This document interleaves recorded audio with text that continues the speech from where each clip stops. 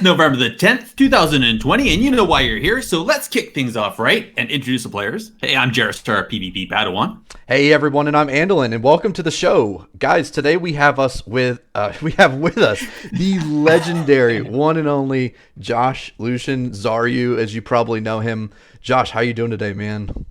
I'm doing wonderful. Now I know the date too, because Gerissar said November 10th. Dude, I don't even know what day it is, but November 10th, here we are. I'm feeling good, man. I'm excited to be here. I can't believe it's November already. Like, Yeah, I can't believe we're 2 weeks away from Shadowlands dropping. Dude, I know. That's crazy. I'm in Arizona, so like wearing a hoodie right now is like crazy. Because like it's finally cold enough to wear a hoodie. I'm like real excited about this. There you go. Amazing. That's hilarious.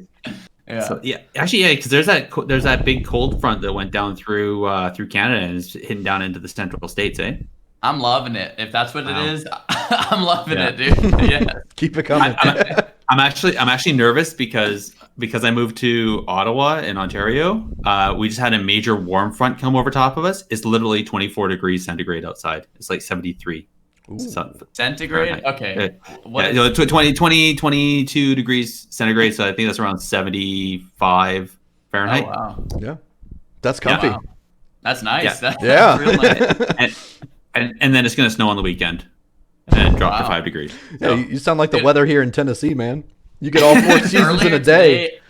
Earlier last week, it was 100 degrees Fahrenheit here. So wow. I don't know what that is in Celsius, but it was hot. And now it's cold here, so it's great. Yeah. Wow. That is a swing and a half. Holy Some moly. relief. Jeez. Yeah. So, hey, but Josh, let's talk to you. So you're a mage extraordinaire. You've done some competing. You've been streaming forever. You've been promoting fitness, which is absolute godsend. Thank you very much for all the fitness stuff you've been doing. You've been helping me remember to be healthy during this pandemic. Please awesome, keep doing it. That's the goal, dude. The goal is to just tell some gamers, do your dailies before you do your IRL dailies before you get on and do your in-game dailies, right? Exactly. And the dailies are just like movement, sleep, water, fruits and veggies, saying hi to someone you love, and sunlight for 20 minutes. That's just getting your dailies done to make sure the body is feeling good before we start gaming. So that's the message, man. And don't forget to posture check when you're gaming. Yeah, dude, as you say that, I'm like leaning back. All right, let me get up nice and tall. And on top of that, you launched a clothing wear line, right? So not yet. I'm working on that. I'm working on that. It's public news. It's public news. We're working on it, but that'll be. So we did one last year. We're doing another one. Hopefully this year, by the end of the year. Hoping it's going to be coming in, but lots of delays with everything going on. So hoping we can pull off. I can only imagine. Yeah. Just going shopping and seeing stuff not being on the shelves that you're expecting to see on a daily basis, just because pandemic production levels are low. So that's right, dude. I can only imagine what it's like to try to launch something like that. But well, it's like something's like about to happen, and it's like, oh, well, there's just another like 2 months of delays, and I'm like telling my whole community like, oh, well, it's not happening. So that's how it runs sometimes, I guess. It's like the blizzard soon TM. Yes, exactly. Soon. Awesome. And just recently you did a conversation with Venruki and Zico talking about mages, right? Yeah, so we kind of broke down where mages sit in for Shadowlands, all the conduits, covenants, specs, legendaries. There's so many different things in the expansion. It's hard to keep them straight. But all of those different things. And for mages, what we think is looking the best, worst. And that's, it's just up on the YouTube channel. So that's awesome. Well, and we're going to get some links for that as well and put those in the show notes at the end, as well as places where people can find you. But if somebody's just listening right now, where would be the best place for them to find you? If you want gaming content, my Twitch, we do the live streams for gaming every single night. On the Twitch channel too, we do fitness streams Monday, Wednesday, and Friday. So that's like a follow along workout to get the community like, okay, I can get off my couch and do a little workout real quick with them. And them is my fiance and I. And then my Instagram is more like real life stuff if you're interested in that. Twitter is updates and YouTube is highlights. So that's that. Nice. Yeah. Clean. That's very clean. Sorry, just one quick question. Are we going to be able to watch the wedding on Twitch? No. Actually, right. Andallyn and I are talking about that right before the show went live. I think we're doing a little smaller of a wedding, so I don't think it's going to be streamed, man. That's too bad. I'm sure there'll be somebody there with a phone, probably. Little selfie stick. No, we will probably hire a videographer though, and to like do the whole wedding. So we'll probably have a video of the whole thing, but it probably won't be live. Yeah. Yeah. Totally. I respect that. That. Well, so normally we talk about what we've been up to since our last show. So it's about the last 2 weeks. I guess Andallyn, I'm going to hit you first. Sure, what have you been up to these last 2 weeks, buddy? It's been an exciting last 2 weeks. So the biggest thing there was I got engaged, so that was really fun. Yay! So I'm really psyched about that. So beautiful. Finally. Beautiful. And she said fiance. yes. She did. I had to force it out of She her. said But... no, I don't think we'd be hearing about it, man. Confirmed, you would not. Yeah. So no, we did it. We did it, boys. So we're good there. Awesome. Let's see. Other than that, I've just been I've been running on fumes here, just with like the grind every day. So like I've been launching my own business here because I lost my job from COVID. So that's it's actually been really exciting though, and it's been really fun. And I've been slowly doing all the little business things to grow up your profit margins and all that stuff. So it's been really good. It's been also something that's taught me a lot, and I feel like I'm in the right spot in my life. So that there's a certain amount of peace and security that kind of comes from that. So, but then in other news though, I'm also super excited to start playing pre-patch phase 1 today, and ready to start getting my foothold in Ice Crown. So definitely going to be doing that earlier this evening. Yeah, I can't wait to actually log on today and actually play that pre-patch stuff and get into the quest lines and I getting shivers. Are you going to get yourself diseased and then go run around a main city and try to kill a bunch of people? We'll see what happens. I just want some catch-up gear because I'm starting with a brand new character for Your hunter, right? Yeah. For I feel like there's some shame in that, but it's okay. No shame. No shame. I'm not laughing. Yeah, so I'm looking for some of that catch-up gear, and then maybe I'll go get diseased and go run around and infect people. So nice. Dude, I'm with you on that catch-up gear, man. Like, so my Shadow Priest, Xaryu, has been looking for some catch-up gear for a while now because I've heard Shadow Priest are pretty insane. All right, based on the tier list, they're S tier, in fact. So hopefully I can look into it. But dude, I think the catch-up gear is only item level 100 or something. Yeah. So I don't know how much of a catch-up it's gonna be, but we'll see. I guess. I mean, item level 100. I mean, that's better than most of the World Quest gear you can get. And True. I'd say it saves you from having to go run through LFR and want to bash your head against whatever that is.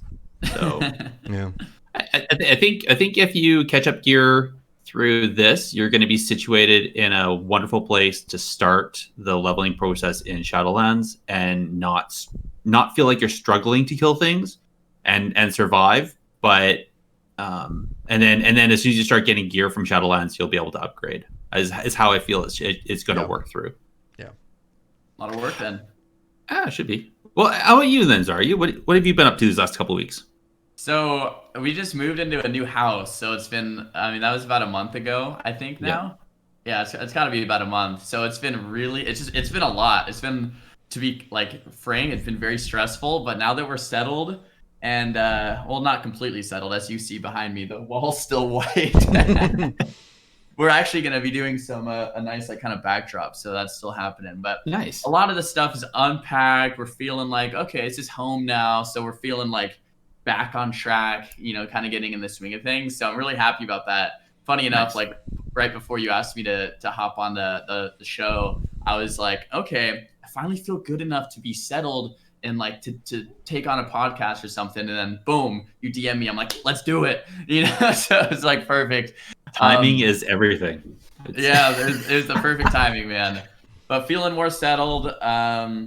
Yeah, I've been enjoying pre-patch. I've mainly been playing my mage, all 3 specs of mage. I'm a little nervous as to like what conduit or what covenant rather is going to be the best for mage. Yeah. Because like I think Venthyr is looking like the best, but then if you all choose Venthyr and then it gets nerfed, and then we're like in this situation where it's like, okay, yeah. now we have to go Kyrian or whatever it ends up being. So kind of figuring out what's the best on that, and then of course key bindings because with key bindings we have Arcane Explosion, Fire Blast, Mirror Image, and then the Covenant ability, then the second Covenant ability. So it's like how to fit all of those key bindings into my original key bindings and make it flow still. Yeah. And then with the daily streams they've been rolling, with the gaming streams they've been rolling. We have a website too with our cookbook, our fitness kind of guide and program. So we've been putting a lot of effort and energy into getting that up in the best way possible, making the website look as good as possible, all those types of things. So on the back end, that's what's going on. And then the apparel. So yeah, it's been good. It's been busy. You know, you do more in the last 2 weeks than I think I've done all year. I'm sure that's not true, but feels like it. Well, speaking of which, Gerissar, why don't you tell us what you've been up to, man?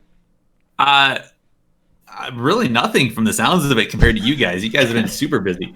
I've been working at home. Doing weekends have been busy again. Like Xaryu moved into a house, so there's always a to-do list. There's always something to buy or something to fix in the house. Because I'm slowly figuring that out. It's always this like constant thing, dude. That's the IRL grind right there. Yeah. And I bought an older home, so there's like 1980s stuff that I have to fix, kind of thing. Not something that was just built in the last year. That's always a thing. But I think I mentioned last time I got my wife some game time in WoW. So the other weekend we actually sat down and gamed for a few hours. She got on nice on a Death Knight, and so I happened to have a level 40-ish Death Knight. So we went over and talked to Chromie, and she started playing in Warlords of Draenor. So we actually hopped over and did Mist of Pandaria. So we were over in Mist of Pandaria doing that. That was it. Yeah. For me, it was a complete throwback. I was like, oh man, I totally forgot about this. So it was great. So did that, and then that's about it, really. So pretty easy. Still doing the arena or the auction house grind, trying to grind out some gold. I'm really pleasant with how they've done the server amalgamations. I've noticed there's been more people on my server again, and then the sales on the auction house have actually been doing much better. So nice. Yeah, and so one of the big things too that they actually just did the update to the TOS where they're going to try to cut down on some of the multi-boxing. And I'm actually really curious to see how that's going to affect some of the prices for like old world herbs, affect some of the prices for all the mats, really. Because I mean, of course, when I was getting into gold farming just like a few months ago, of course we bought the 1 year pass to the IS boxer stuff, and it's like, okay, well now we start going to use it. So whatever. You don't want to use Rip those funds, but oh well. Well, so I think we can talk about that in the news, but I agree. I think definitely we're going to see some shifts in mats on the auction house because the mat farm that we see from the gold farmers and that just isn't going to be there. Because you're not going to have 12 or 10 or whatever druids drop in on a single node and just eat it, and then fly away, right? So or if they do, they won't do it for very long. True. So. Fun fact: there was actually a time in my WoW history where all I did was logged in and make gold. So this was like early Kata, and then also some in like BC and Wrath. So for a while, like when I was in high school, I wouldn't actually like PvP too much because I basically like logged in and then I sold glyphs, and I think this must have been in BC or Wrath. And I had like 3 of every single glyph using the add-on Trade Skill Master. Yeah. And I would constantly just run to the auction house, take all the ones that were undercut off, run to the mailbox, get them again, and then undercut back and forth for hours. And dude, I was raking it in for a minute. It was great. For a minute. Yeah. Yeah, it was nice. That's how I feel with it. I log in. I do my cancel auction, I repost, and then I log off, and I come back in 4 hours and see that I earned gold in that first 20 minutes that I posted, and then nothing after that. So, Yeah. meh. It is what it is. Well, hey, why don't we roll into the need, greed, and pass and see what Andallyn has in store for all of us? Let's do it. Let me play the sounder here. This likely won't be a clean fight, so keep your distance, eh? All right, let's talk about the need, greed, and pass. So just as a quick little reminder, this is the segment where we will present you 3 options. Among those options, you have the choice to assign one of each, and you can only do one. So you get to pick one which you will need roll on, which one you're going to greed roll on, just a vendor for the gold, and one you want to pass on. All right? All right. Bring it. So I tried to make this one a little relevant. And actually a little difficult, although I have a weird lingering suspicion you'll be like, dude, that wasn't difficult at all, but who knows? We'll see. So We'll see. here's your situation. All right. Okay. Brand new YouTube video comes out. Warcraft. It's J. Allen Brack and Halinka sitting there in that room. You know exactly which room I'm talking about with that backdrop, right?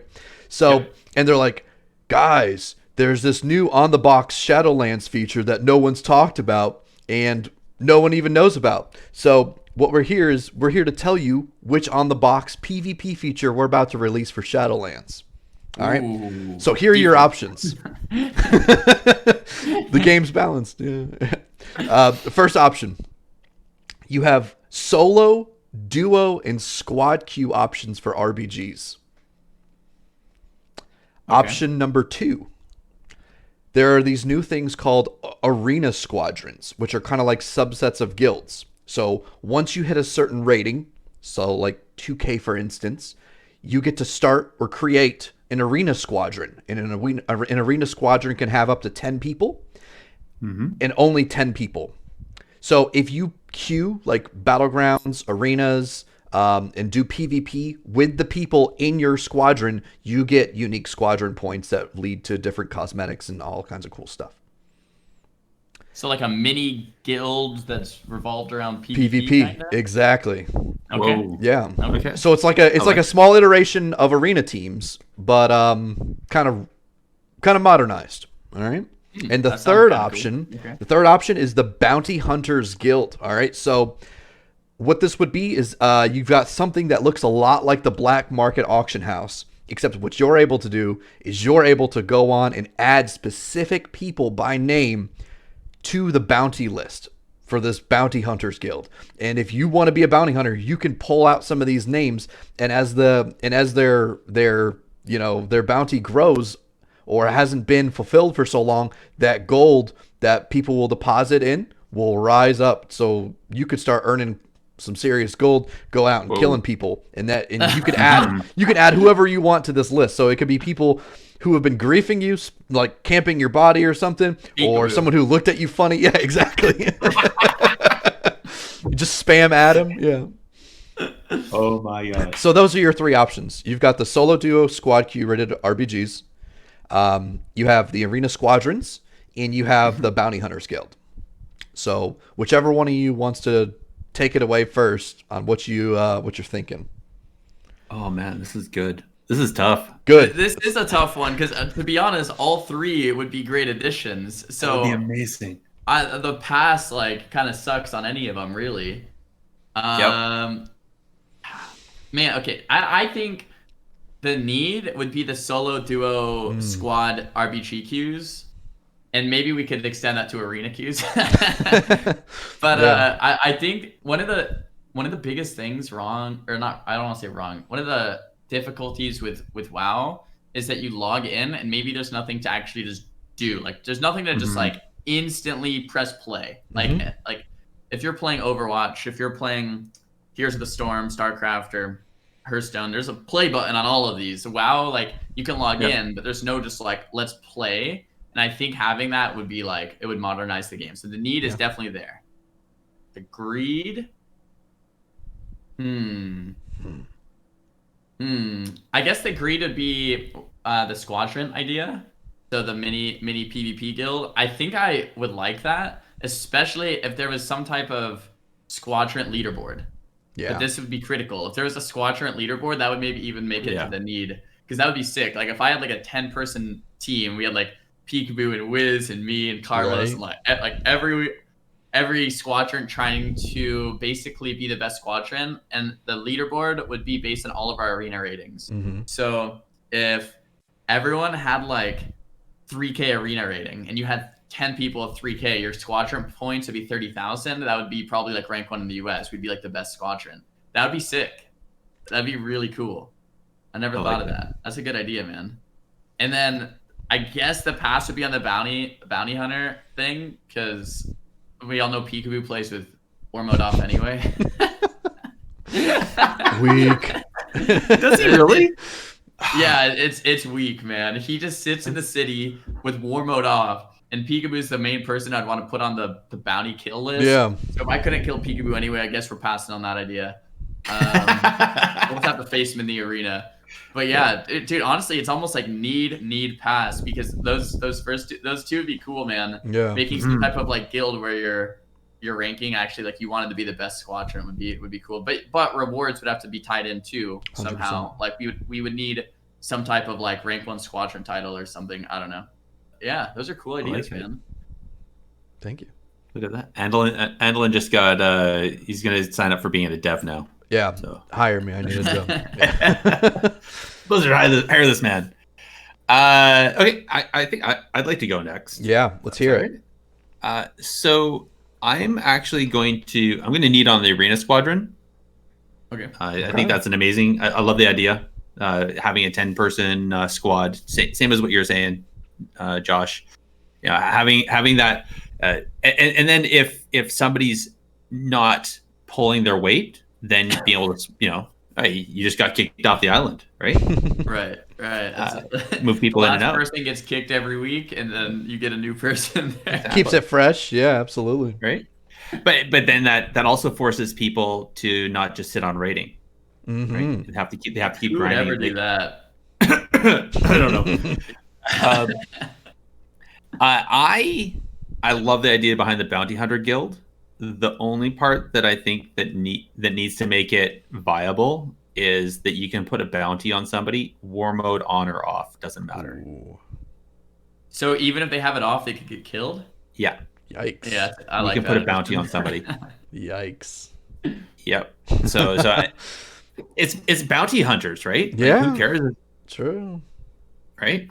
So I think that's the one thing that because nobody wants a bounty on them, but why not, right? Yeah. And then I'm gonna pass on the solo, dual, and squad queues for RBGs. The only reason why I say that is because with rated battlegrounds, I feel you need to have specific comps to really make those work, and I feel like solo queuing into rated instances is not for World of Warcraft. I understand it works great for a whole bunch of other games. Yeah. I just don't see how it works in World of Warcraft. So that's my pieces. Gotcha. All right. Yeah, I think that's well founded. I don't think anyone would super disagree with you on that, but I'm gonna follow in your same footsteps though, and I'm gonna need on the arena squadrons. Anyone who's listened to our show for a long time will automatically know why. One of my biggest gripes about the game, and this is even lumping in some of the PvP stuff. I think in my personal opinion that one of the biggest detriments to the game is the lack and trivialization of the guild system. I thought that they had something really, really, really good going on when they brought in all the guild perks and added so much substance to what you could do with your guild and all these types of things. And I thought it was going to be the groundwork that they were going to keep building up on this, but instead they just removed it. So that was very disappointing for me. So I'm going to need on this arena squadrons. I love this idea. I like the idea that you can have 10, it's only 10 people. So it's like a little mini guild. And just like all the points that you guys mentioned, I think it'd be so great for the game. It would add another flavor and spin to PvP, especially in the arena scene, And it would almost be really interesting for content creators and streamers too, because now it's like, oh, whose squadron's gonna is so and so gonna join and all this stuff. So it'd be really well received, I believe, too. So just to piggyback on that idea, I wonder if, like, you know how rank 1 titles right now are 3v3 arena. What if there was some type of average where you got a rank 1 title based on your total of 2s, 3s, and RBGs? Yeah. That would be interesting. I never really thought about that. Like, just to get people queuing RBGs again to like bring it up. Yeah, to do more than just 3s. To do more than just 3s, yeah. It's like, okay, I can play 3s, but can I play 2s? Can I play RBGs? Can I get that total up? Or if it was this squadron idea, it would be like the total of everyone in the squadron, and that squadron got rank 1 for the season. Indeed. And or gladiator or duelist or whatever it was. Just to like cool. kind of get more participation in everything. And maybe someone doesn't have the best 3s rating, but dude, their RBG and 2s are up there, so you want them in your squadron, something like that. Yeah, exactly. And I'm sure you could probably have like 5 squadrons, or like 3 or 4 or 5 of some of the top squadrons get gladiator or something like that. Totally, maybe not just one. So like, I think there's a lot of different ways that you can kind of mold and shape this. I'm a big fan of it. So I'm just imagining some guild that breaks up because they have 2 squads and they're competing, and they're like, and then one squad takes to the player from the other squad, and the whole guild just blows up because. I can see that happening. Definitely. All right, we're gonna agree on the solo, duo, and squad queue for rated battlegrounds. Yeah, everyone knows that rated battlegrounds are really just getting kicked to the curb right now. And it's whether or not that's intentional is another conversation. But they need some love. They need something like it's a wonderful game mode. I mean, I've talked with so many people.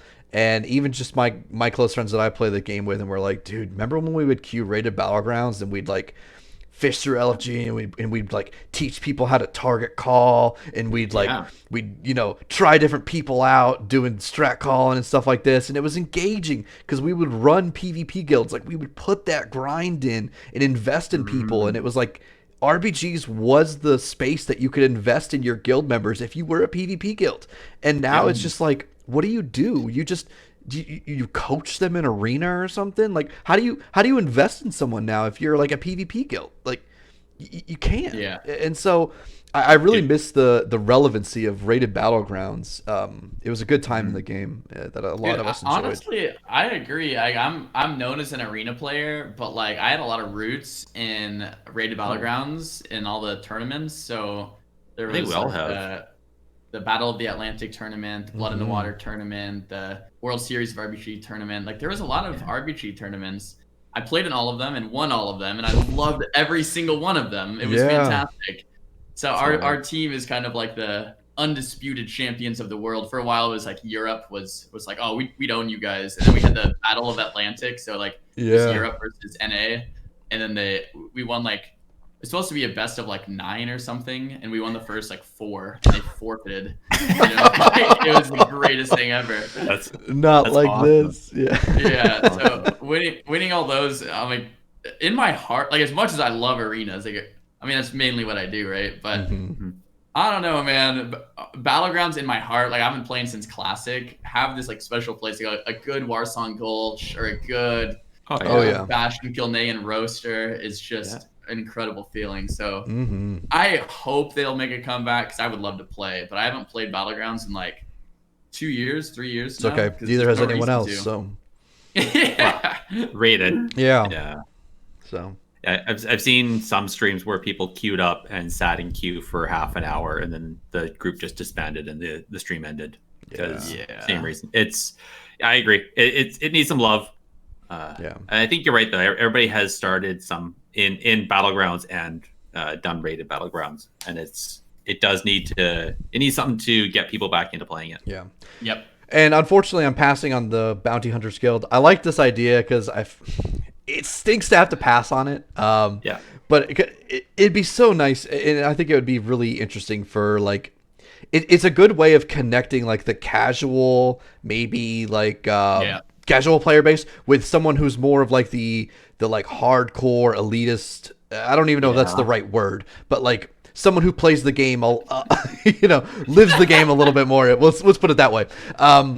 So because then it's like, hey, this person's got a bounty on their head. You just see him walking by, and then you get a little message on your screen like Xaryu has defeated so and so to claim your bounty, and it's like, yeah, suck it, nerd. Well, it would be nice for a few reasons. One, it would give PvPers a way to make gold, which would be cool. Would be like, if I could, instead of farming herbs, if I could go and kill people and make gold, I'd be like all about that. And then the second thing that would be nice is that, like, I was watching some YouTube video of some guy on Classic, and I don't even know the channel, so I won't be able to shout him out unfortunately, but it was some guy who got kicked from a guild, and he wanted revenge. So he started basically trying to hunt down the guy that kicked him from the guild in Classic WoW, and he did this for like months. And basically his game when he logged in was to kill this person, and that was the only reason he played the game at all. Like, he didn't actually want to do anything else except log in and kill this person. And he goes, after the video was over, he goes like, this whole experience was so much fun. It was almost like a role-playing experience where your character's only purpose in the game was to kill that other character. Nothing else mattered. And he was like, I would recommend that to anyone trying to have fun in WoW. It's just kind of create this scenario where you have this one specific purpose as your character. So bringing that into retail a little bit, like, all right, today I'm gonna get this. I'm gonna be a bounty hunter and kill this guy. It would be kind of fun, Yeah. That sounds like the plot to the South Park episode. Yeah. Imagine like I guess you're right. Yeah. How many pigs do we need to kill now in the forest? Yeah, to build 2,000 something. Yeah. Yeah. Oh wait, you could actually do that now, huh? Yes, true. Because they scale with your level. You could literally off board. Dude, I should do a live stream where it's just like a 48-hour live stream of killing boars. Yes. Oh my god, that is almost too ironic. We would have to have like a giant bowl of never-ending Cheetos beside us to do that, though, to truly encapsulate it. That's right. Well, I have a fiance now, so she can keep filling up the bowl over and over and over. It's never ending. Oh my goodness. I need more cheesy puffs. Oh man. All right. But we'll have to do chicken breasts instead of cheesy puffs, because there you go. Stay in shape too. Yeah. You gotta stay healthy. Yeah. All right. Oh, hilarious. Well, let's before we. Oh man, I love talking to you. Let's talk about the subject analysis. Let's actually talk what we're here to do and delve into. The specs of the pre-patch and beta Shadowlands, and see where everything's lying in the tier list. I'm gonna light you up, sweet cheeks. All right, let's roll. All right, so S tier. So I tweeted this. If anyone wants to bring up the graphic, it's just on one of my recent tweets, or I don't know if you have it up on the screen right now. I'll bring it up on the screen. Yeah. Okay, great. So S tier. So let me just make a disclaimer before I go into my tweet here. Oh, here we go. Yep. So, since I tweeted this, we've actually seen buffs and nerfs. First of all.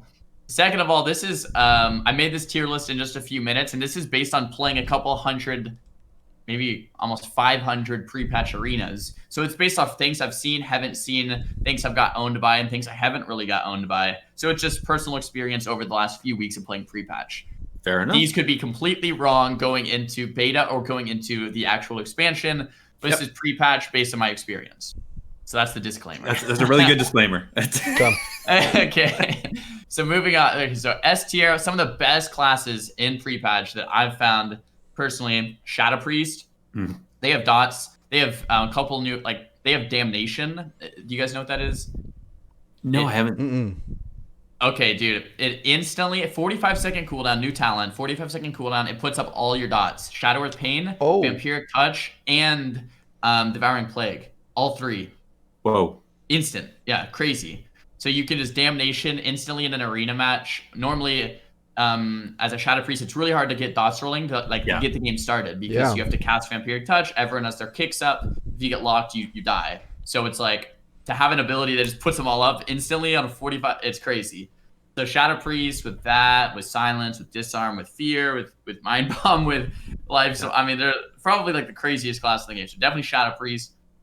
Sub Rogues are looking like they just have a ton of burst, and they have a ton of control. So they have like dual, cheap shot, kidney shot, sap, blind. And I think Shadow Priest Rogue, that combination is going to be insane. Which, by the way, this is like a little side note: the move with Whiskey and Peekaboo. Oh goodness.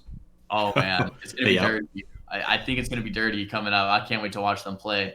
And then nerfed. Yeah, and nerfed. Inevitably, dude. Now that we say it. Yeah. Season 1 hasn't started yet. Yep. Just saying. And then, so we have Elemental Shaman, they're one-shotting. We have Disc Priest, they have Thought Steal, and Thought Steal is broken right now. If you guys don't know, like if the listeners don't know what Thought Steal is, Priest can like target a mage and press Thought Steal. It's a 1.5 minute cooldown, and for, it might be 20 or 30 seconds, I don't know if it's 20 or 30, it takes my Polymorph. So as a mage, I can't use Polymorph, the Priest has it, and the Priest can use Polymorph.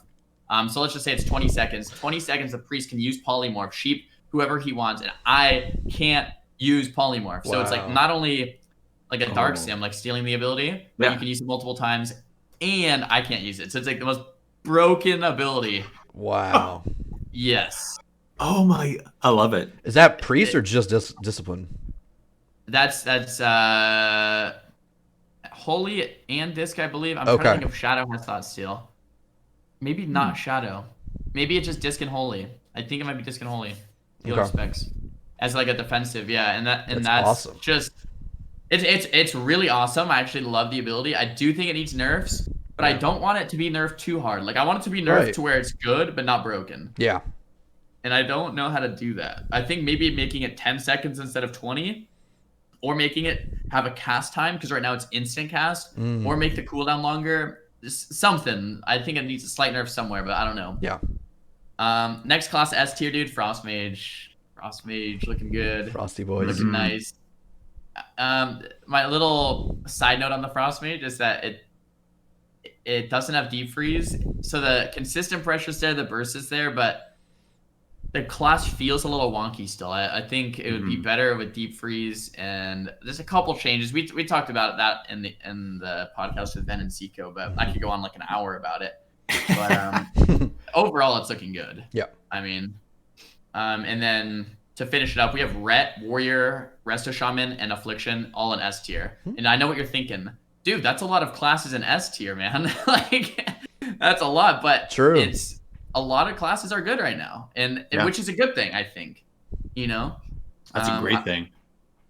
Yeah, if you look back at like, if you look back at like Kata or Mob or like a lot of these, or Wrath of the Lich King, a lot of expansions a lot of people loved. Like, what's the thing in common? Like every class was broken. Like every class was so good. If everyone's broken, no one is.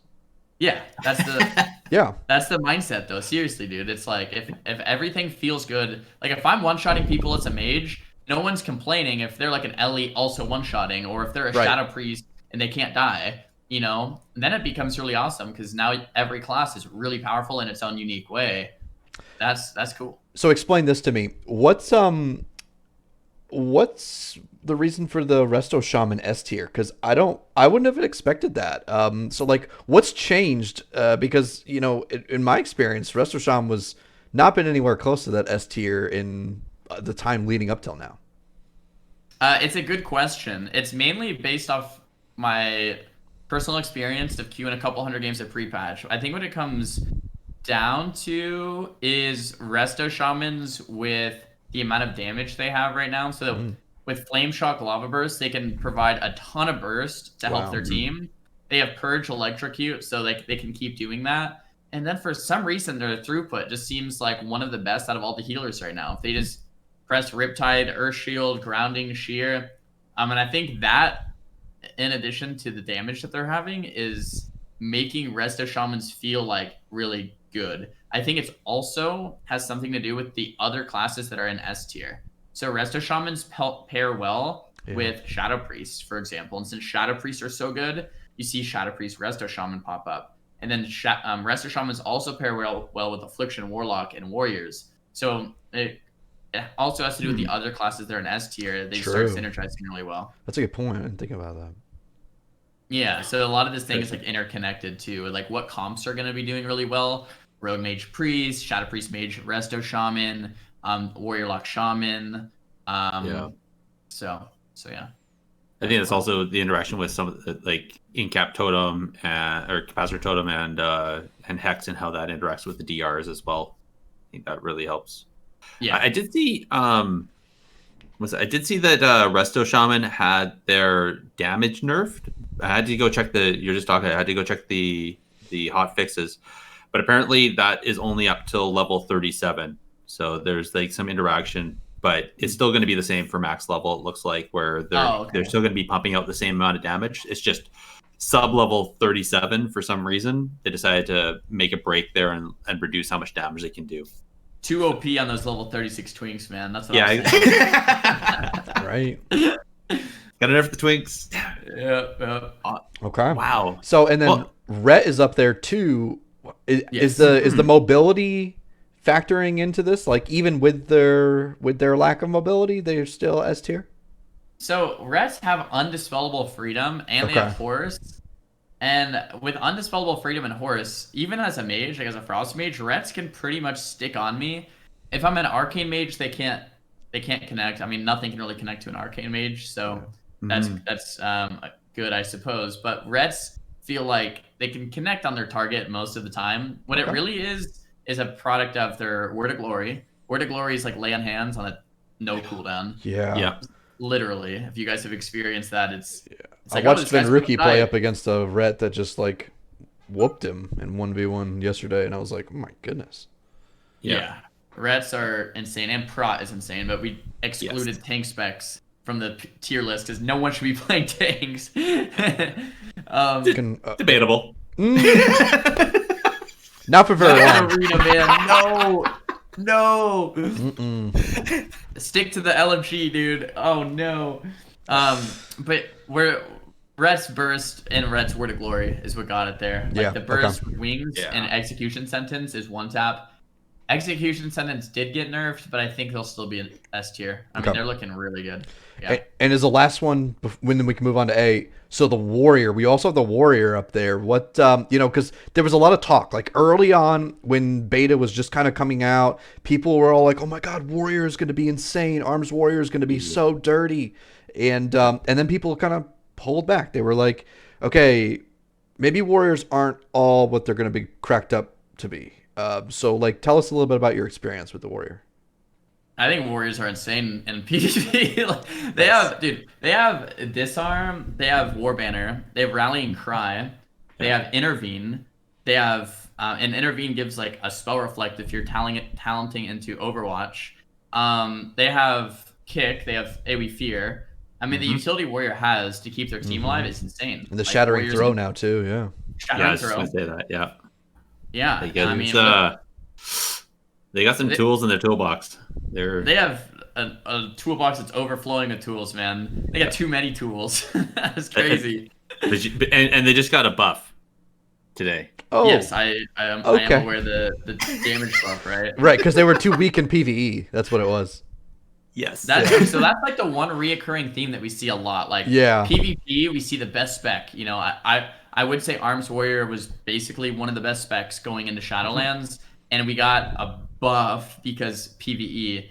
That's one of the recurring problems we see a lot in WoW arenas. Like there's going to be a class that's doing really poorly and it gets nerfed because PvE, or a class that's doing really well and it gets buffed. So, I mean, I don't know. Moving forward, a PvP power or something might have to be that frustrates me because Holinka fixed that before he left the team for a bit. Is he had it put in where they had PvP tuning knobs put into a bunch of the abilities, and he did, and then we saw that where in Legion a class would be buffed, but then they would be reduced counter the same amount. So PvE they'd be strong, but they would still stay where they were in PvP, and it almost feels like. I think right now the dev team is so focused on just getting the PvE feel right, and then they'll deal with the PvP for a bit. I think we're just gonna. It's between seasons right now, so I think they're like, let the kids have fun and just watch it be broken for a bit, and I think that's a good thing, man. Like, as much as I want things to be, perfect, I think the best thing they could do is, balance things for PvE, like you said, see where everything lands for PvP, and then turn the knobs, make sure everything's feeling good. But yeah, I mean, balancing PvE first and just letting everyone in PvP, it's just like a. Exactly. Can I cuss? I can beep you. Never. It's just crazy. Yeah. It's a fiesta. All right, everyone's one shotting each other. So Bring in the clowns. Yeah, all the clowns. Yep. So hilarious. I don't know. I think it's fine. Pre-patch is not supposed to be balanced. You're right. I mean, everyone's supposed to be having fun. So let it be. Yeah, absolutely. Well, So I saw that you put Arcane and Fire down into A and B tier. I'm just kind of curious. Just why I want to hit those ones specifically as a mage there. I'm just wondering what's the interaction there is because for the longest time Fire Mage was like the spec, and now Fire. Yeah, I mean it's a good note. So Fire lost Greater Pyroblast and Temp Shield, and gained Phoenix Flames. Phoenix Flames you don't really use in Arena because you don't want to spread ignites pretty much ever. Phoenix Flames is just to spread ignites. Okay. You'll maybe use it in some instances with Combustion Up, but it'll break CC if you're near a CC target. So you basically can't use Phoenix Flames, and that was the one addition. So it's like, here's a new ability. Oh, I can't use that. And then so did they change controlled burn though? Because if you would take controlled burn, wouldn't that focus all your ignite onto a single target? Well, it's an interesting interaction because Phoenix Flames spreads your ignite, but Phoenix Flames in itself is also AoE. Right. So even if the ignite didn't spread, it would still break CC. Okay.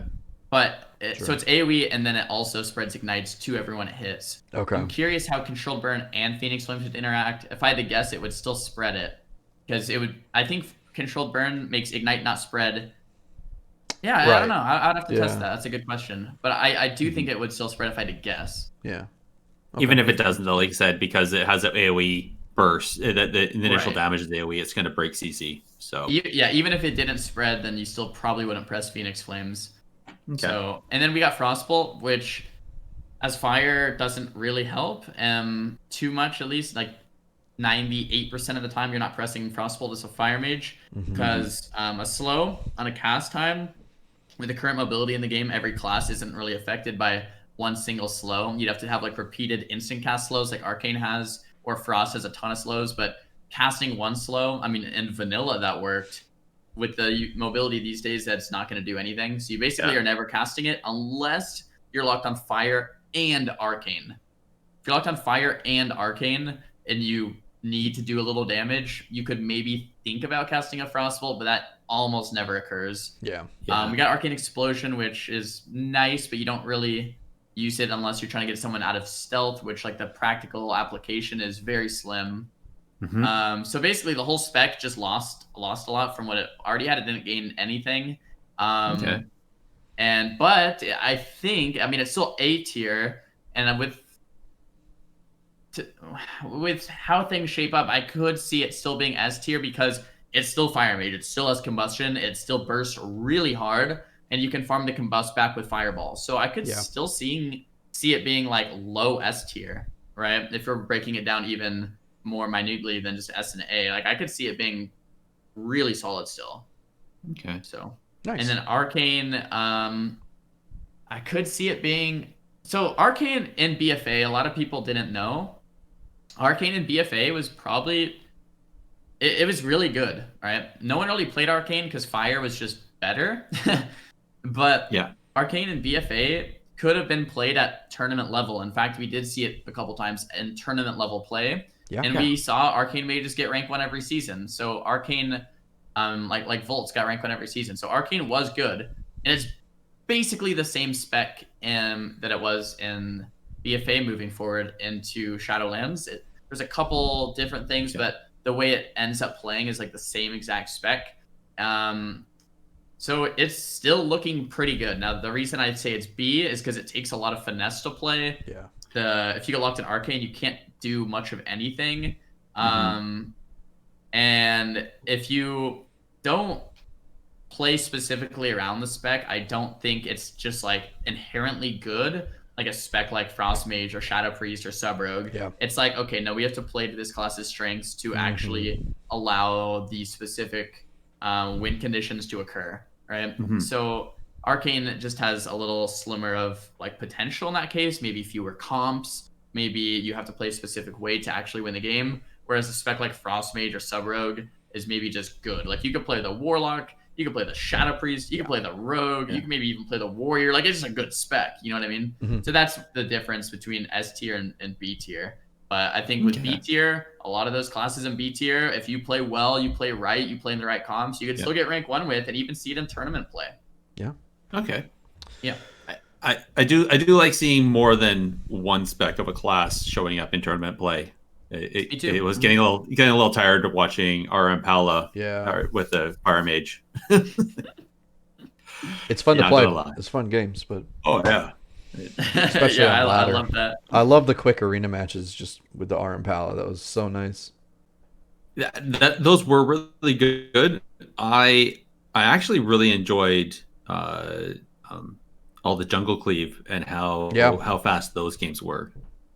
Looking at this list though, I'm excited to see some Scooby-Doo come back. I know some people were really looking to Thundercleave, but seeing with enhancement being down on the C tier, I don't see that happening. Well, I mean, it's maybe too early to tell, especially with like niche comps like that. I could see things like I wouldn't rule it out by any means. I wouldn't rule it out. I just haven't seen enhance, and the list was based on what I queued into, right? So like maybe enhance has this crazy one shot. No one's used it yet, but I feel like if it did exist, I would have been one shot by an enhance already. Yeah. So that's kind of where I'm at. I've been lurking over at Tickle's stream, and the Ellie.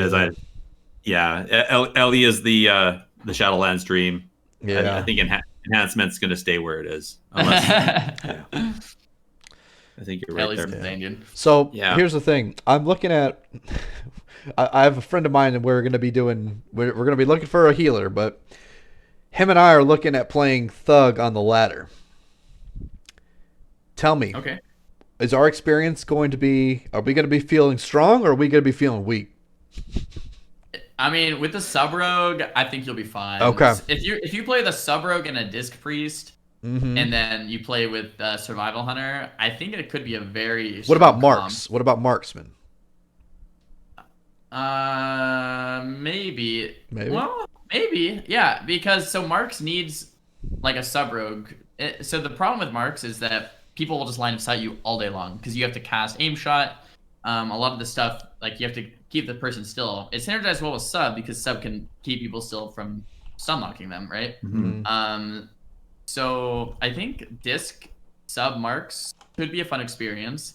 I think it might just be lesser to some other comps, but I think it'll be pretty good. I mean, it's like I said, it's too early to tell, but it could be solid. I wouldn't say that sounds bad by any means. So okay. Yeah. All right, there is hope. That's good. I like it. Shadowlands, the new hope. Is that where we're going with now? That's right. I like a lot of the stuff they're adding, man. Between vendors, between bringing old abilities back, they removed PvP scaling, which I think was a phenomenal change. Yep. I think at least they didn't really say much. They just removed it, right? Which is interesting. But I don't know. I think Shadowlands could be the new hope, man. I like that. Sorry. Apparently, I'm looking like a kaleidoscope right now. It's really interesting. I don't know what's going on with my internet. Yeah, I think it might just be your connection, but it might be. It did it earlier, and it kind of resolved itself. So, I have multiple people on the pipeline here, so we'll see. I would say I agree. I agree with you for the most part, Xaryu, although I do have some very strong hesitations to the vendor and how it's interacting with Honor Gear and how they're doing that. But I do agree that I like that, and I felt PvP scaling was a great concept. I think the implementation of it was poorly implemented. There was obviously some bugs when they first implemented it. It wasn't scaling properly. They missed a few key things like gems. and just slightly. And also, I think the lack of information behind it, because it was all hidden on the server side and there was no way to really understand what that was, made it so obscure and I don't want to say controllable, but when players can't even reverse engineer it and figure out even what's going on, it was too big brain almost, and it just didn't come across well. So Yeah, the Rex I am glad it's didn't gone. help.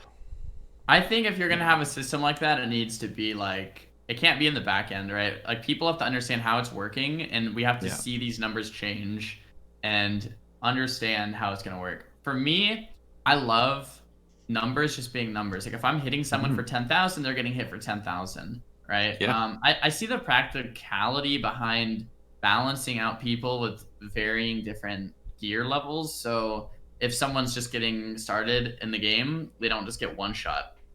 Because it can be discouraging. I think overall, though, what that means is the person that one shot the guy just starting is having fun, and I think that's okay. You might call me a bit sinister, but I think if someone is dying instantly, you have to keep in mind the other person's having fun by they put a lot of time and energy and effort to get that gear.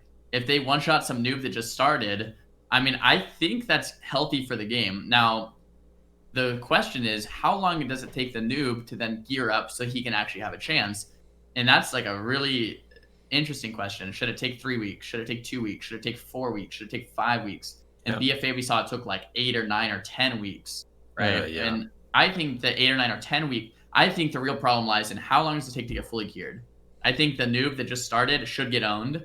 I just think that's really cool. I think it's nice to be able to 1v2 two noobs that are trying to kill you, but you spent a lot of time. You've been playing this whole expansion. 2 people just started, and you kill them both by one outplaying them, and 2 outgearing them. I think that's cool. I just think, how long should it take those new players to then gear up so they can have a chance? I think 3 to 4 weeks to me sounds pretty solid, and I think a lot of times we see like it takes 8, 9, 10 weeks, and the player's going to get discouraged before they get fully geared and end up quitting. Yeah. Right. Yeah. So there's I like agree. a middle ground. If I'm going to try to walk onto a court against some NBA player never playing basketball, I expect to get my butt handed to me quite quickly. Right. Not be able to go toe to toe and actually feel like I can do something. Yeah. Right. Like, you shouldn't feel like you can do anything against someone that's put in a year of playtime in an expansion and you're just coming back. Like, you should get owned, but getting owned should inspire you to be like, okay, what do I got? Like, let's get some gear. I need to fight back, you know? Exactly. Yeah. Totally agree. All right.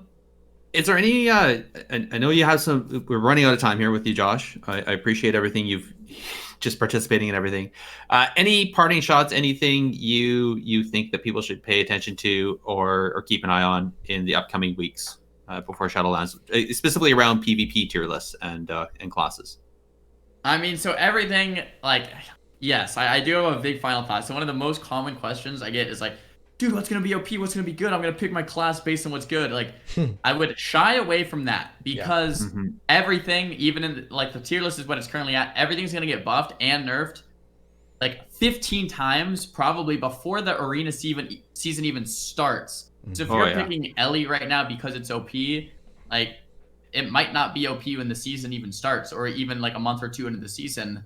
In fact, it might be a smart strategy to pick something that's weak because it's probably going to get buffed a couple times before we see the season start playing out. So I would play what's fun, what you could see yourself playing hours on and laughing and having a good time, because that's probably what you're going to do the best as anyway, even if it's worse. Like I said, Arcane Mage could be seen in tournaments, even though it's B tier, and maybe Frost Mage is S tier. But hey, if you're liking Arcane more, maybe just play Arcane, because you could do really well on it with the specific comp if you really understand the fundamentals of the class and its win conditions. So I would say play what you enjoy, play what you're good at, play what you're giggling and having a fun time at, because everything is going to get buffed and nerfed 15 times over before everything's all said and done. So like, don't get too comfortable with like, oh yeah, dude, Rets are insane. Well, maybe not after a couple nerfs. So yeah. Right. I keep that in mind. For sure. That's Awesome. wise Words from a person who's gone through 9 expansions of this. I've seen it Time and time again, man. Yeah. I think we all have. Yep. We do have one last question we'd like to ask everybody. Sure.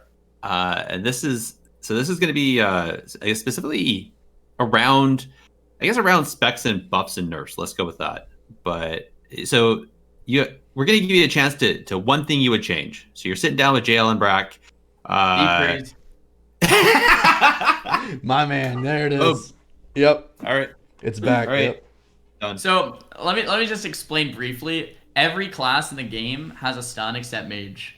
Every single one, and it feels as if the game, to me, I get excited every time someone's stunned. Like PvP itself revolves around kill windows within stuns. If you're a rogue, you wait till the next stun. If you're an Ellie, you wait till the next lasso. If you're Shadow Priest, you wait till the next horror. They're known as goes in PvP. I stun the guy, I go for the kill. Every time a stun comes up, you're excited. Hammer of Justice, I get to go for a kill. Stormbolt, I get to go for a kill. Coil, I get to go for a kill. That's what makes it class exciting. You're thinking about when you could next go for a kill. Frost Mage doesn't have a stun, meaning you can never go for a kill unless you have a partner that stuns for you.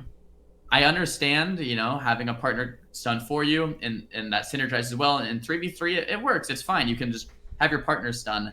But in 2v2, that means you can't really stun by yourself and go for a kill by yourself. And in 1v1s, it means you can never go for a kill. And I think having mages not having a kill opportunity in a stun is really bad for the class. And it makes it feel as if I can never actually go for a kill. I don't have a leg sweep. I don't have a feral stun. I don't have a survival hunter. I have no stun to ever press ever. And then a 1v1 that makes the class just sucks all life out of it. It's like there's no looking forward to that next kill because you can't kill without a stun because classes can heal and hybrid and line of sight and make sure you don't actually get the cast off. So stuns are what PvP revolves around. Mages don't have one. That's really bad. I think mages need a stun. Yep.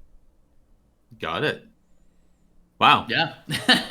I got nothing. Andallyn. Yeah. I mean that. Yeah. Should it be a good thing quicker? that you have nothing. Should it be a quicker stun? Because like the whole, if mages do have deep freeze, and trust me, I'm on team deep freeze all the way. All right, but if mages do have deep freeze, like doesn't that shift the power too far into the hands of RM rogue mage? I mean, it was like that for a while, and rogue mage wasn't winning every game. It was like in MOP, mages had deep freeze, and rogues were really good, and we didn't see RMP winning everything. In fact, in tournaments, the best comps were Warlock, Shaman, Ellies, Resto Druids. We had mages with deep freeze, and they were not winning every game. It's a legitimate question. A lot of people seem to be asking that same question, but I guess my reply is we've seen it that way, and it wasn't like mages were broken. Like mages have always been pretty good, but I think for the mages to return to the state of fun of like, oh, dude, I'm gonna wait for my next stun and then one shot this guy, especially in duels. I'm a big dueler. I can't duel without a stun. You just can't. I mean, imagine a Ret Pally dueling without Hammer of Justice. You could just do damage forever, but you're never actually gonna force anything without your stun. Imagine a sub rogue dueling without kidney shot or cheap shot. You're just doing damage. It doesn't feel good to just do damage. You want to do damage in a stun to burst someone. That's how the class is fundamentally designed. That's how PvP interacts. So Frost Mages without a stun are basically a support class. And that's okay because they're a strong support class. But to me, it's like a violation of like, this is a DPS class. It should be able to stand on its own. Why is it the only class in the game without a stun? I want to be able to duel. I want to be able to world PvP. I want to be able to burst someone down in my own stun. And a lot of those questions start arising. Having said that, when Deep Freeze was around, it was a 25-second cooldown, 5-second stun with a global cooldown. You could glyph it to make it 4 seconds without a global. We could see a nerfed iteration of Deep Freeze, maybe a 30-second cooldown and a 3-second stun with no global. Or a 4-second stun with a global. And we just nerf it a little bit and reintroduce it in a slightly nerfed state. The only thing I would say to that is the Warlords of Draenor version of Deep Freeze, where it broke on damage, was super silly. I don't like that. I mean, why, right? Like, it's a stun. That's an to be able to do in-cap damage. then, Yeah. At that point, it's just kind of like a in-cap to. It's just weird. So let's just if it really feels too strong, you could either nerf Deep Freeze or nerf something else about the class. So nerf. Like I've always said, like remove Comet Storm, remove Ice Nova, remove Ray of Frost. Even if you need to remove or change Shimmer, there's a lot of things that you could nerf if it's just too OP. And overarchingly, I don't want mages to be broken. I want mages to be fun. And to make mages fun, you need to stun, just like every other class. And if it's too broken, then you just nerf other aspects of the class. Yeah. Yeah. I'm sold. Yeah. Yes. I'll take We need the right people to watch this video. That's all we need. That's right. That's right. All right. Well, Andallyn, is there anything you want to change? Let's see. I think I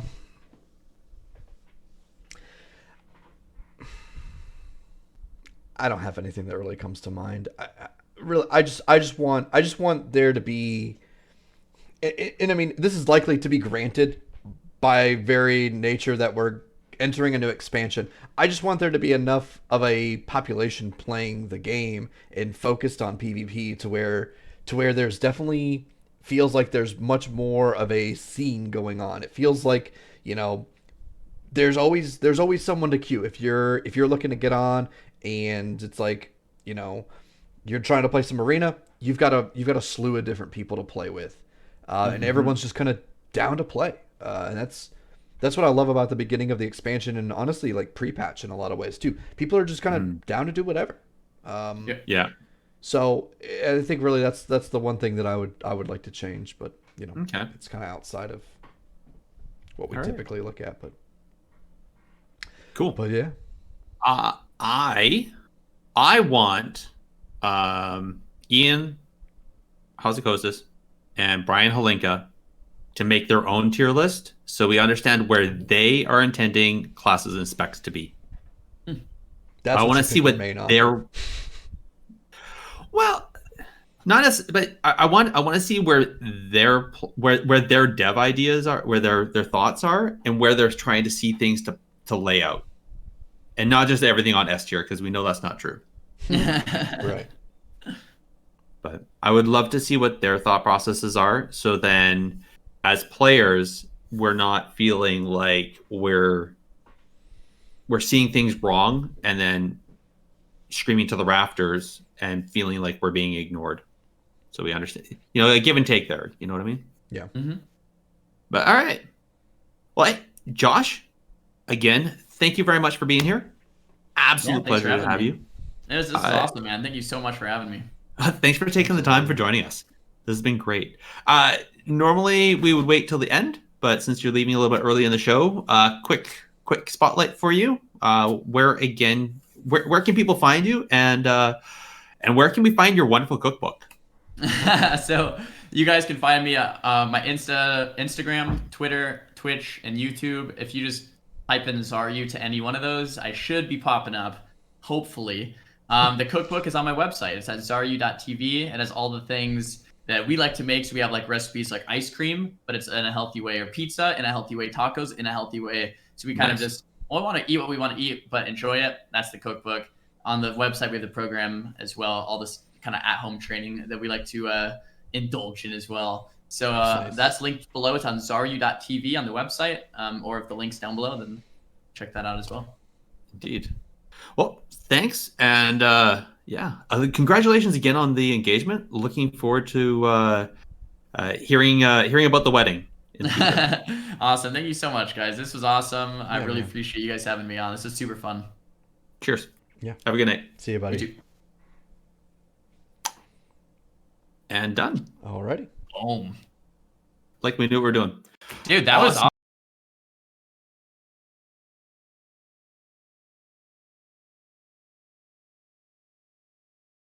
Oh. All right. Here we are. We're back.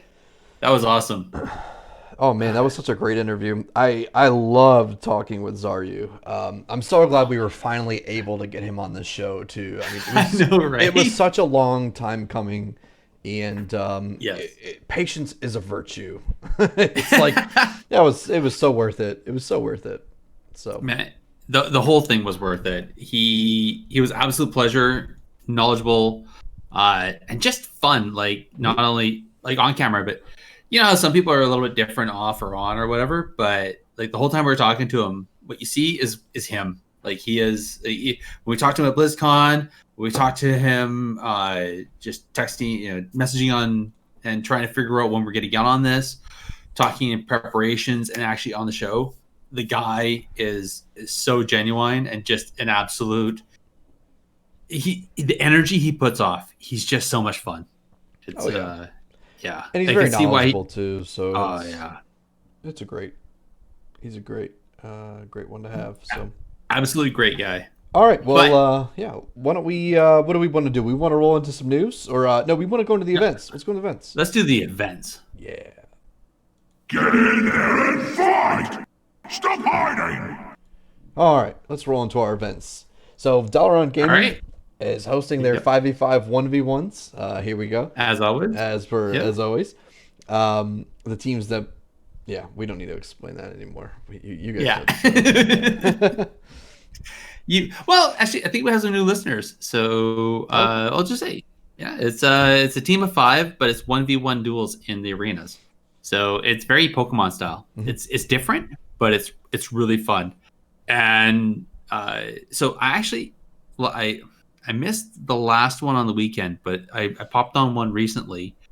And like always, he just says, he puts out his tweets saying he's doing it, and then people form groups up in LFG and the custom, and that's how they find they form the 5-person teams. There you go. It's a fun time, still going strong. And another thing going strong, Flark is still doing the 3v3 tournaments there over at Synergy every Sunday. Again, you don't need to have a team; just sign up, and he'll make you threes. and apparently he tweaked his algorithm a little bit, so it's slightly tweaked, but I think it's a little bit better just on how it balances out CR versus spec and stuff like that. So yeah, nice. I think this is one you know about that you're really keeping an eye on is the Oasis 2v2 tournament, right? Probably not any more so than you are, but I mean, I am looking forward to it. Friday, November the 13th. They're hosting the 2v2 tournament. It's going to be put on by the Oasis community, which is that wonderful community which Jerry's involved in. A lot of other really good people too. They've been around for a long time, and they've been a real solid pillar in the community, especially for the kind of overlaps into PvP. So they do PvE and PvP, and it's a great place to find other teammates with the non-toxic atmosphere. Yeah. So, but I think the one thing that is really neat about this 2v2 tournament is that it's allowing for double DPS, which is going to be fun. Yes, it's only double DPS. Yeah. Oh yeah. Sorry. Yeah. You are. Yeah. I forgot to read the rules again before I talk. And then we got Rockman there. He's halfway through now, but he's hosting a Classic Gulch Tournament League over with Ready Raider, who we had on the show just recently. And furthermore, Ready Raider is also hosting their Classic Clash 3v3 Season 4 EU tournament, which is about halfway through. And so for the Rockman, you can catch him on his tournament on the 14th and the 15th at 5 p.m. and 12 p.m. Pacific Standard Time, respectively. Mm-hmm. And then the EU Classic Clash is this Friday the 13th and Saturday the 14th. And Friday the 13th. I know, right? Monk ass, bro. It's going to be a very spooky tournament. No, we'll see. I don't, for everything that's said, the Friday the 13th has always been a disappointment to me. Yeah. I never see Jason. Nothing. It's overhyped. Yeah. But anyway, I think I totally just messed up and used Jason, which is from Halloween, and for Friday the 13th, which is supposed to be Freddy Krueger. Whatever. You got me there. I don't know. I don't know anymore. Yeah. Anyways, so they're doing that on the 13th and the 14th. Again, links for that is going to be the show notes. That's all I really have seen lately in the community stuff. there's one that I don't have on there. I'm still working on some of the background stuff, but I'm planning to do another pet battle tournament on the 21st. Oh, nice. So, of this month? Yeah. Yep. Oh, And it's going to be EU okay. only this time, though. So Oh. there's a little bit more technical logistics there I need to work on. Okay. Yeah. Okay. Very cool. Yeah. So I'll say, keep an eye. I'll put a post up on the Technically PvP Twitter as well on that. But I'm looking forward to it. It's going to be the last BFA pet battle before Shadowlands. So. Yeah, you're gonna be right up next to it, dude. What is this Shadowlands? The 23rd or the 23rd? Yep, goes live 2 days before. Yeah. Wow. So apparently there's been some nerfs already to some of the pets with the pre-patch, but there's a whole bunch of other pets that are coming in Shadowlands, which is going to change some stuff. What is the new one that just came came out today? Right, the Putrid Geist or whatever. Yep, exactly. Yeah. So. All right. So we'll see how that does. Yeah. But in the meantime, speaking of things that came out just today, why don't we talk about the news? All right. Who ordered up an extra large can of whoop ass? Old Millhouse. I love him. All right. So we had some hot fixes. Kind of harkening back to just a few minutes ago when we were talking earlier this morning, which was actually just a few minutes ago on the stream. Was a lot of different changes. Yeah, a lot of different changes going around, kind of moving and tuning and, moving and grooving on a few different buffs, nerfs, a little here, a little there. Feral Druids got a flat 8% damage buff. We had Resto Druids see a 5% damage nerf. The Beast Mastery Hunter got nerfed by 5%, except for Cobra and Barb Shot. Marksmanship Volley was nerfed by 30%. Sad day. I don't use Volley anyway, so I don't care. Frost Mage was adjusted. We had the Windwalker Monk was buffed by 5%. The Paladins were adjusted. Their mana cost, healing, and damage. They actually had quite the difference all across different specs. That one was actually pretty big. Yeah, Word of Glory is still insane. Yes. It's literally a lay on hands in arena.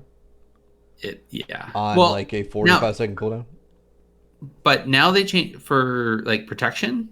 They changed it where it heals more, and now it's confused. So now it only does 250% of your base health instead of 300% when you're healing yourself. Oh gee, I'll just do less overhealing. Yeah.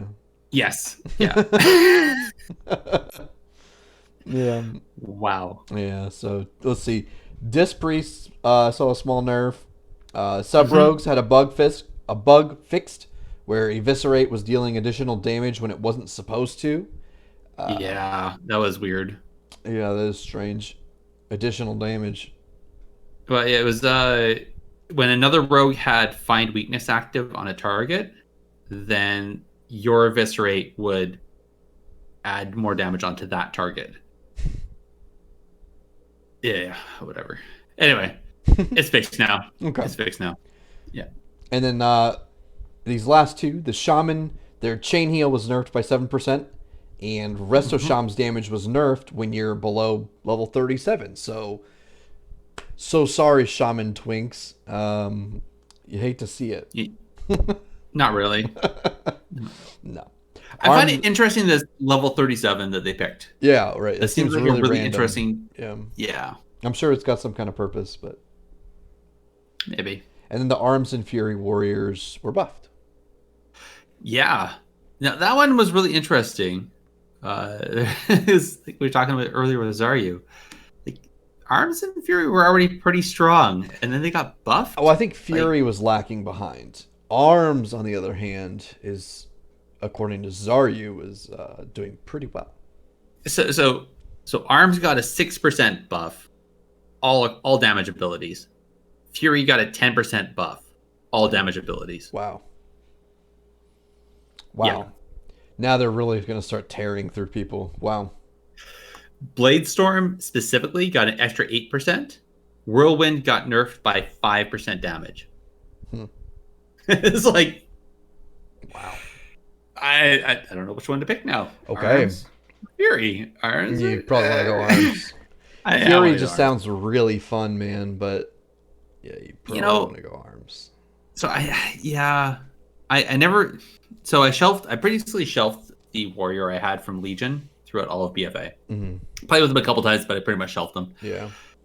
But I always remember when I first played off, Fury felt so fun, but it didn't do well because it didn't have the mortal strike, right?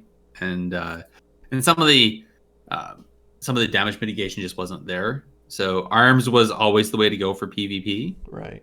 but it just I don't know. I just didn't. It wasn't my jam. I went back to my warlock. But this, I mean, like, it's so flavor of the month right now. I just kind of want to just go, you know? Yeah, Like I know exactly what you mean. It's right up there with. It must be how you feel with marksman, playing your hunter. So Maybe, I don't know. We'll see. I'm sure there'll Yep. be a flavor of that to it. So Oh yeah, hope it's not too bad. yeah. I'm sure it'll be fine. Yeah, you look like a mosaic again. I'm not sure why. Apparently, I have to be colorful today. I guess It so. I've been having some weird internet issues There out it here. goes. Yeah, it's Strange. coming back. Okay. Okay. And something that happened a little bit later or earlier in the calendar weeks, but there was an issue. So when the pre-patch dropped, also came Korak's Revenge again. That wonderful throwback to Alterac Valley. Unfortunately, there was a weird issue where some players were having issues queuing into that. Obviously, Blizzard responded very quickly and fixed that, so people were able to queue in and start running a more classic version of Alterac Valley once again, which is always a good throwback. Yeah. So I remember playing that, the three of us, last time. Ace joined us as well. I remember that. yeah.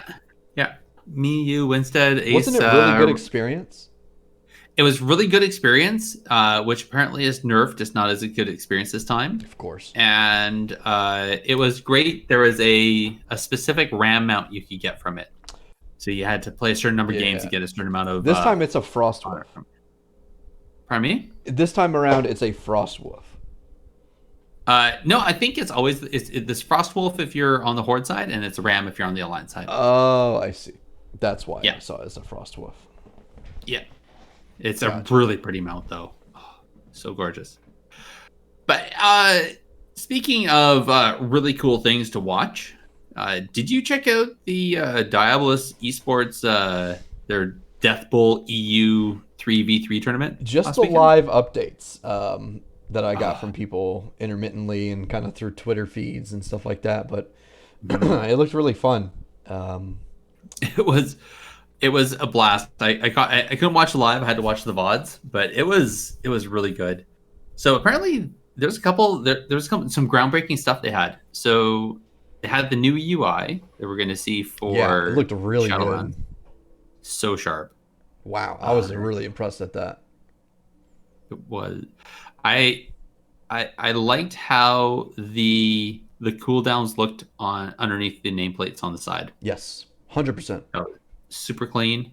And one thing I noticed was during BFA, they had the person that was targeted, their name, the nameplate disappeared over top their character's head, and then it moved down below, and then the person they were targeting was down below in the center. Mm-hmm. And it looked like they got rid of that again, so it just went back to everything being floating nameplates. Above, yeah. Yeah, which is good. Yeah. I think that's good. So I think I don't know. I know there's a lot of people that are used to looking all around the field of vision, but myself, I get very myopic. So Sure. when the screen's focused on something right here, I'm looking right into there. I'm not paying attention to the stuff. So I'm just looking at the health bar and all that. So I have to then look around and not pay attention to what's going right in the center. Makes it a little bit hard. So I really like they made that change. But the other thing I really enjoyed that they tried, this is a neat little thing they did. They did spec bans. Yeah. So- Okay. So kind of similar to the when you win, you get to pick the map or whatever. They did. I may have this wrong, but I think it was the winner got to pick first. They got to ban a spec on the other team. So if you're up against a jungle cleave, you could like ban the feral druid, and then you couldn't ban healers. You couldn't ban a healer, but you could. You could definitely. So, but I think you couldn't ban the same spec twice. So one match would have to be the feral druid. The next match would have to be the hunter. Yada yada yada. Right. So Sure. But yeah, it was it made for some really fun gameplay. And watching them, so now they only had to pick the map, but they had to figure out what they were going to ban for comps and watch. Yeah. And it went back. So then the loser team could also ban a spec on the other side. I love when people do that because nowadays everyone is on this like, don't try anything new. Just do what works and what has worked in the past. And I couldn't disagree more. Like, great, that's a safe business approach, but it's like, I don't know. I don't like that approach. No. So either way, it was fun. It was a blast watching. Highly recommend everybody go over to the Diablos Esports Twitch page, check out the VODs, give them a watch. They were a blast. In the meantime, congratulations to Borscht and Donuts. I forgot to copy down the players' names. Not that I could pronounce them anyways, because they were Russian. I don't read Cyrillic well. Yes. But yeah, so they won the tournament. So congratulations to them. If I remember correctly, they won the finals like a 4-0. Like it was just a clean sweep. And I think they're running Vanguard's cleave. So Vanguard, who was also one of the casters, was very pleased to watch that. My cleave, yes. Yeah. Well, it's named right after him for making it. That's right. And popularized it. Oh yeah. He literally he should almost get some sort of a royalty fee every time somebody plays that cleave. Yeah, and then we're talking before about we're talking before about Flark's tournaments over at the Synergy Esports tournaments. I know Synergy Esports, Synergy community tournaments. Yeah. Anyways, so first of all, congratulations to Drowsy, Pettifish, and Bladebeam for winning the tournament just last Sunday. And the week before that, Wamita, Wex, and Wace for winning. And both those tournaments had a $150 prize pool. So congratulations to the winners for that. Hey, Andallyn, we mentioned this briefly when we were talking to Xaryu, but what are you going to do about the multi-boxing thing? Oh, I'll be fine. We were only kind of experimenting with it and trying to get it going for some gold farming, but I mean, we were purposely like knowing that we were going to stop come the expansion because we'd want to play the game and not just like see how much corium we could possibly get in an hour. So fair. Yeah. All right. Are you still going to like kind of pseudo multi-box but have like a character follow, just do /follows or I don't know. I have to look exactly. I haven't really even read those changes. I just know that people have said that they updated the TOS to make it not really advantageous or a good idea for you to use anymore. So I don't know. It depends. If they changed it to where they're like, you get the idea, right? If they make it to where I'm going to get banned, I'm not going to do it, obviously. No, exactly. So, so the understanding is that multi-boxing is not banned. You can have multiple accounts. You can have them all running at the same time, have /follow. That's fine. It's the software that was being used to replicate keystrokes across all those accounts. That input broadcast software that's being used, that's what's being banned. The thing that allows for 10 druids to fly in onto a node, person clicks one button, and all of them pick the node. Or what I personally experienced, I remember this classic Alterac is running into Alterac Valley and suddenly getting approached by an army of shaman who then flame struck me at the same, or flame strike, yeah, whatever but either lava burst or whatever. lava burst me. That's what it was. Yeah, they lava burst me at the same time, and I died because apparently it doesn't matter who you are. Taking 10 lava bursts insta cast all at the same time hurts, and you die. They'll do it. Yeah. So and then trying to kill you just try to kill one. Okay, maybe you get one dead, but anyways, yeah. So I personally think it's a good change, but at the same time, I know it doesn't remove the actual multi-boxing part. Like you can still have multiple characters, multiple clients running at the same time. Mm-hmm. It was just the software that was used to interact between all those instances of clients to. Yeah. Unfortunately, I bought a subscription just about a month ago to that software. Oh well. Oh no. Oh So, no. It is what it is. No big deal. I would rather honor the TOS than say, well, I'll try to squeeze it out. So. Yeah, and and if I'm I'm not not mistaken.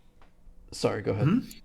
Well, I was just saying that they're only doing warnings right now, but those are going to turn swiftly to bans. Yeah. So I'm not upset that they got rid of multi-boxing by any means. Like just because that's something that also I feel like is an important thing. Like the fact that I would multi-box to try to get more materials in the time that I played, in the time that I gold farmed, doesn't mean that I didn't think that it was necessarily good for the game. You know? Yep. But if I'm farming gold, why wouldn't I be more efficient as opposed to less efficient? Oh, exactly. So, I mean, I'd have to do a little bit more thinking to come up with a really well put together argument for whether or not I think this is a really good decision or if it's something that I'm indifferent towards. But yeah, that I just don't want it to be confused that I'm not like heartbroken that multi-boxing's like being acted upon. So I understand. Makes sense. Yeah. All right. So the last couple, there was I think we talked about this a bit. Mostly this was talked about by Stoops. We retweeted his video on this, but just talking about the subtle change to the honor gear acquisition in Shadowlands beta, something that we had missed earlier. Anyway, it's basically just talks about how so previously the amount of honor that took to get the honor gear, the grind was quite long. If you do up the math, you have some assumptions around a 50% win rate, time expending, and time spent. It takes a considerable number of games. I think it was around something like 200 battlegrounds in order to get enough honor to get all the gear and get it to highest rank possible. And that was assuming a 50% win rate. Yes. Yeah. And which is sometimes not I guess over 200 games. Maybe you're lucky that way. The other part, though, and Soups found this out, is it appears that the higher ranks are actually time gated on they're gated behind renown. So you have to get certain levels of renown before you can purchase. Which is time gated. Yeah. Yes, and the renown is time gated. So you have to get the renown to get the certain ranks all the way up to the highest, which if I remember correctly was 9, which is equivalent to around Mythic 6 item level. But the ranks you had to get, the renown ranks, are time gated, which meant that it took 10 weeks before you would be able to have the renown to even do that. And yeah, I was thinking about this. I'm kind of wondering, in a way, that I wonder if that's a bit of like Blizzard just doing that to try to save us, like save the people that would be so fixated and actually would sit down day one, Shadowlands launches, get to max level, start pumping battlegrounds, and actually try to do 300 battlegrounds and max out PvP honor gear that way, and literally like kill their body, because that would take a stupid amount of time. Yeah. And I wonder if they time gate it behind that, just to like knowing that some people would try to do that they're just trying to put in some gating to actually literally save somebody from killing their body. I don't know. At the same time, it sucks. It just seems like it seems like a silly thing to put time and effort and resources into when there are so many other issues. Yeah. Like, well, I remember PvEers complaining that they felt like they had to PvP because I believe it was the weapon. There was a weapon that was better item level and better stat. It was a better stat stick between some raid tiers, and then a bunch of these people. Oh, I have to PvE. I have to PvP. This sucks, and it was a big grind for them. But they did it because it was better stat stick until they went into the next raid. And see, I wonder, and even then, that's almost overstating it too, because like we're talking about like high end PvEers. That's it, which is honestly like 2% of the player base, if we're being honest. You say that, but then you have everybody that follows that. Right. They see the 2% tweet about it, then they pick it up. Then the 2% becomes the 10%, which becomes the 50%. But then those 48% of people just complain about a problem that actually doesn't really affect them. It's just something else that they can complain about, and it makes them feel like they're complaining about something that's justified. Yeah, because their favorite streamer complained about it. Right. Yep. Yeah. But in the meantime, we're stuck with this. Mind you, again, this is only the honor gear. This isn't the conquest gear. So at the end of the day, if you're going to be doing PvP, play what you want. Really, you're probably going to be running dungeons anyways, because the way the stat weights are on PvP gear, you're probably not going to use all the PvP gear because it's not going to be the best for you.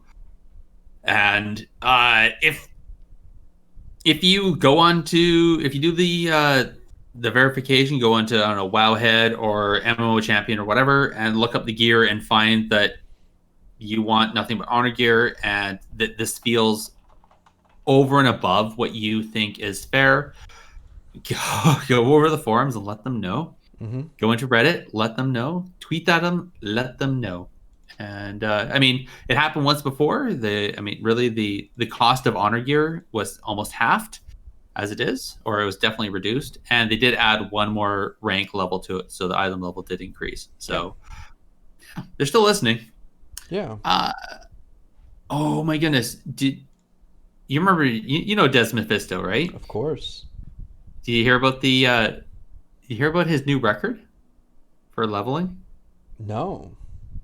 He was able to level from 10 to 50 in 3 hours and 33 minutes. How? He came up with, between consumables, I think this time he had the Wii buff from Dark Moon Fair. And the anniversary buff? Pardon me? And the anniversary buff? I'd have to check again. I think yes. Okay. But either way, it essentially broke the record. Wow. So he has the fastest leveling record now in World of Warcraft at recorded at 3 hours and 33 minutes. Jeez. So yeah, and my understanding is he's been working with the Azeroth Autopilot guys. That on there, so they're fine tuning all the leveling pathways, so that anybody can follow those and become a speed leveler as well, if they so desire. And also, because of all the charity work that Des has been doing, Blizzard has decided to honor him in game, and he now has a item named after him. That's cool. Yeah, called Dream, Desm's Fistos plate gloves. Well, I like this plate because as a warrior, he has spent a enormous amount of time collecting. I think he collected all of the plate transmog, and all the two-hander weapons transmog in game. Very nice. Yeah. And last but not least, do you want to take this last one? Sure. So Drum roll, please. The Shadowlands new launch date has just been announced. It is November the 23rd, not October, buddy. Oh. Typo. Yep. Oops. Copy and paste November error. the 23rd. November 23rd. Yes. So, cheers I'll to just, you if fix you're. that. Hey, look at that. Show notes are Yeah. correct. Oh, Okay. wow. Cheers to you if you were able to if you're able to take time off of work or your busy schedule for this. My heart goes out to you if you had already requested the time off and now you are up a creek. So nonetheless, it'll be a really good lunch. Hopefully, maybe now that you'll be at work, we can enjoy a lunch that isn't resulting in just sitting and getting disconnected all night long. But, Oh my gosh. hey, What? I here's mean, to I'm wishful thinking, right? yeah. You never know. You never know. Are you gonna take time off? I heard your new boss is kind of a jerk. Yeah, I'm gonna try my best. All right. Yeah, Self, I'm taking time off. That's okay, right. Self. Mhm. Yeah, I do this on a regular basis now. So normally I haven't, but because of the way COVID is and just this whole year, I actually have some extra time. I think I'm actually gonna take some time off this time. Good for you, dude. Good for you. Yeah. Yeah. I deserve it. Yeah, you do. 100%. Well, that's it for the news. I think, yeah. Let's roll into our shoutouts, and then we'll get out of here and let our fine listeners get back into, the pre-patch events that actually started today. Yeah. So They're pretty get out there. laggy. So hopefully they're a little bit better now. At least when I was playing earlier this afternoon, it was pretty laggy going through and getting your little Argent accommodations or whatever they're called.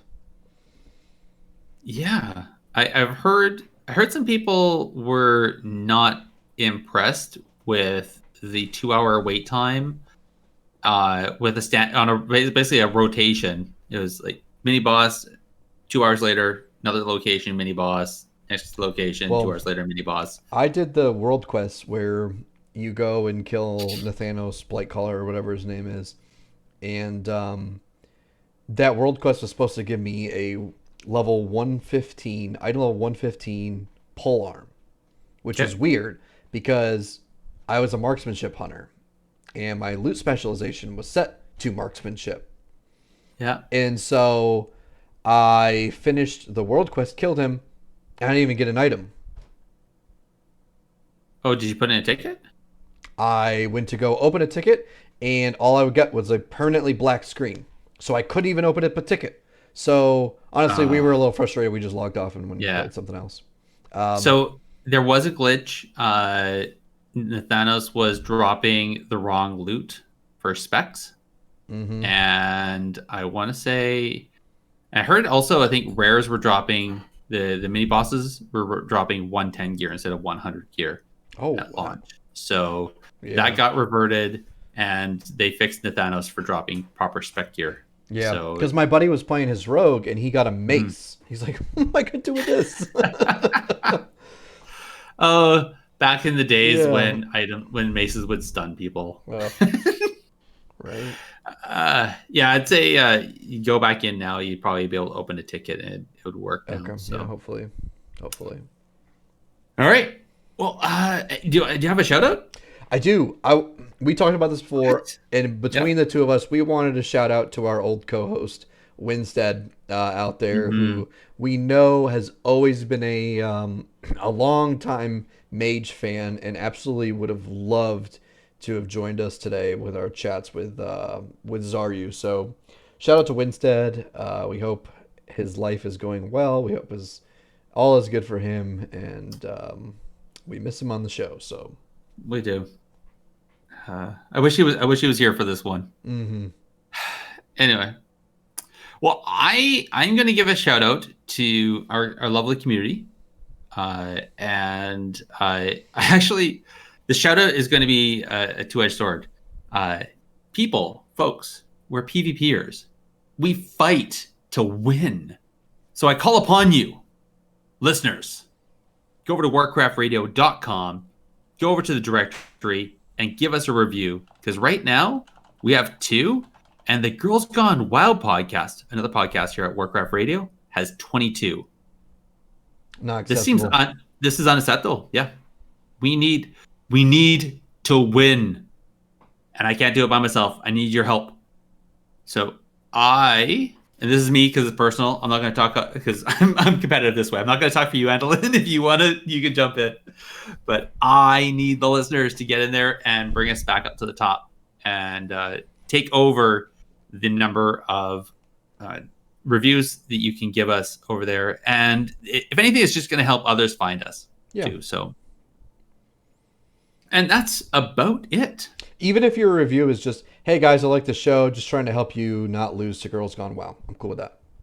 Yeah, I'm totally down with that. Yeah. If it's a 1-star review and says, you guys suck, I'd rather listen to Girls Gone Wild, I'll take that too. Well, I'm going to ask you why. Well, I guess so. They're actually pretty cool. Raven and EJ are pretty awesome to talk to. This is true. I'm talking about the reverse perspective. Oh, fair. Yes. Fair enough. Alrighty. Well, I think that just about does it for us tonight. I think, except for one thing, you started this last podcast, so I have to carry on and do the same thing, which is we're supposed to read a review from our podcast. And of course, I was not prepared, so I am delaying at slowly talking while it loads up. If it loads up, there it is. Okay. And yeah. So the other review we have here is by Caleb Carroll and says, Gerissar and Andallyn put on a brilliant show. If you're in the mood for all things PvP, then this is by far the best resource you're going to find in a podcast form. Thanks, Caleb. Appreciate that. Yeah. Absolutely. I challenge people to beat that as a podcast review. All right. Let's list off where the listeners can reach us. How about you go there, Andallyn? Absolutely. You can contact us directly with a tweet to @technically_PvP or by an email to technicallypvp@gmail.com. You can also join our discussions on the Warcraft Radio Discord. Indeed. And you can also visit Warcraft Radio website to find the podcast directory, which we just talked about, with us and many other great shows. And that's over at warcraftradio.com. And this, as we said, it has that review system. So head on over there and tell everybody what you think of this show and the others too. Not just us. No, just us. All right. And links for all this is going to be in the show notes. Thank you everyone for listening. You all have a good night. Take care, everybody. Bye-bye. Adios.